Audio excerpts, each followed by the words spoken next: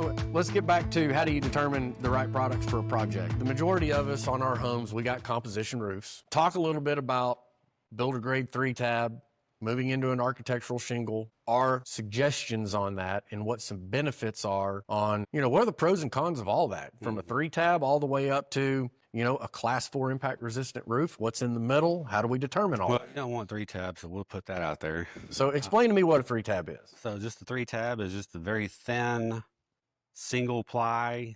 We don't even have a sample in here. Yeah. It's the most builder grade, it's basic, cheapest. It looks like 3 rectangles together. Yeah. That's why they call it a 3-tab, is it's 1, 2, 3 rectangles that are together. It's got the lowest wind warranty. 60 mile an hour. Best. Yeah.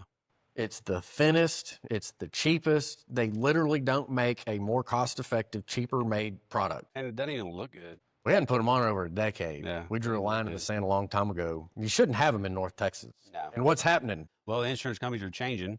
So there's some big name insurance companies out there that lead the direction of the smaller guys that they just want to insure them. And if they insure it, your deductible on things will be more than the roof. So you're basically self-insuring the roof at that point.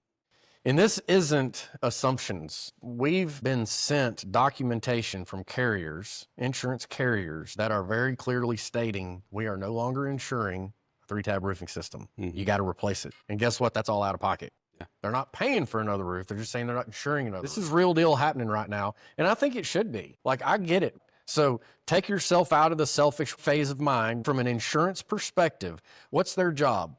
To cover risk. Now, if they've got a risk algorithm through the roof, why would you insure it? Yeah. It's like, why does it cost more to insure a 16-year-old male driver opposed to a 77-year-old male driver? Well, he's got a lot more experience than a 16-year-old driver.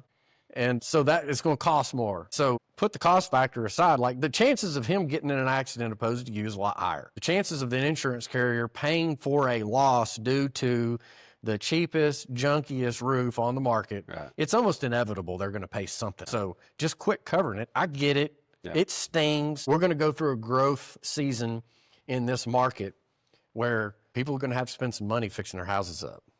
Yep. So we got a lot of solutions for that, by the way. Financing. We finance, and we've been offering finances. We've got that stuff on lockdown. We've got so many different financial solutions where they're either short-term plans or long-term plans. If you need a low payment, all that good stuff, we'll talk to you about in person about if that arises. So, okay, so we don't do 3-tab, but we got a cost-effective client. Yep. It's on a property, hey, I care about it. I want it to be good, but I just don't care about the best. What are you going to do?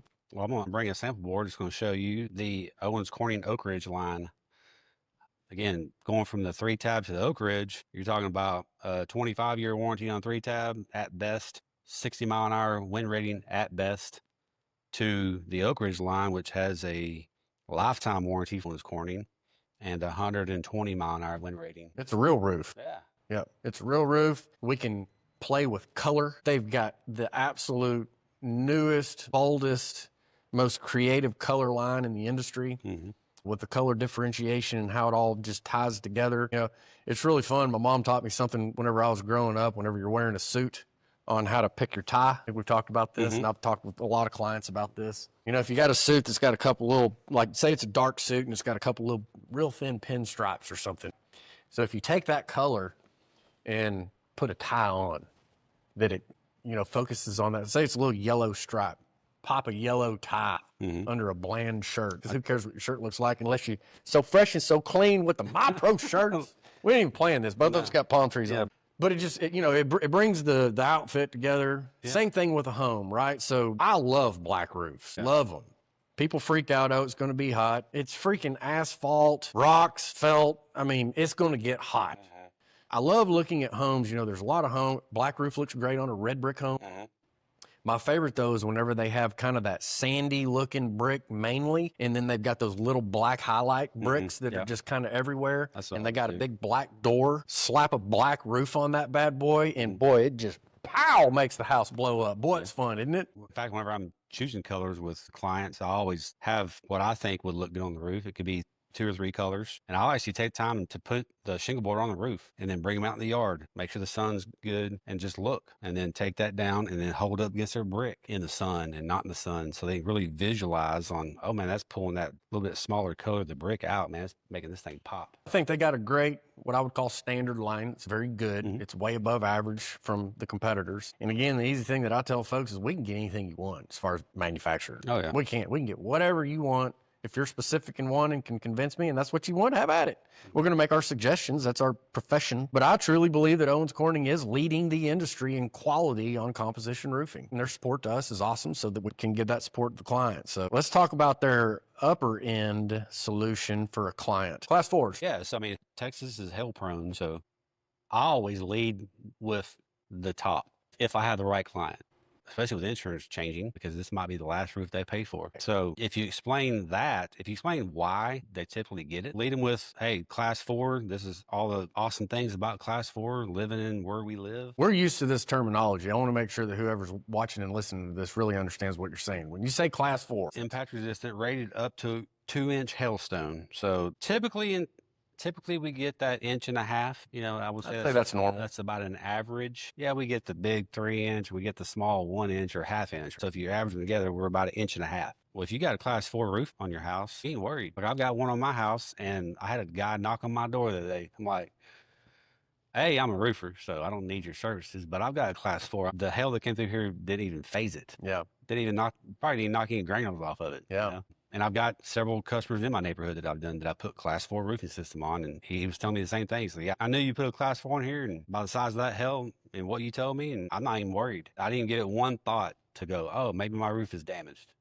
We're always happy to come trust but verify. I've got a fun story, hence the little snap. A long-term friend of mine that I went to high school with, her name's Angela. You know, it's been 50 years? not quite that, but it's 30 years. It's been a little while. Anyways, beautiful home here in the Metroplex. Steep. I remember it being steep. They chose to put a class 4 impact resistant roof on their home. And this was probably 7 years ago, give or take.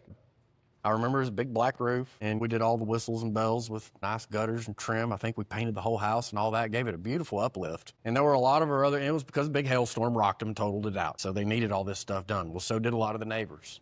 I remember going over there after that first hailstorm that they got, and it looked like a war zone. Tree limbs were everywhere. Branches, and I mean, you couldn't even see the grass. There was so much debris. And I inspected the roof, and I came down and I started laughing. She's like, is it bad? I go, it's not even scratched. Like, there's nothing on it other than tree debris. Yeah. That actually is exactly where I was heading to, is they did a total overhaul, and it cost them extra money. I mean, better products cost more money. They spent the extra money, they got the good quality of everything out of there, and then you fast forward, what was it, 2 years later, they got rocked again by another storm. You went out, inspected it, got the company cam report on it, great condition. All the other neighbors, what were they doing? Going through the whole process again. Yep.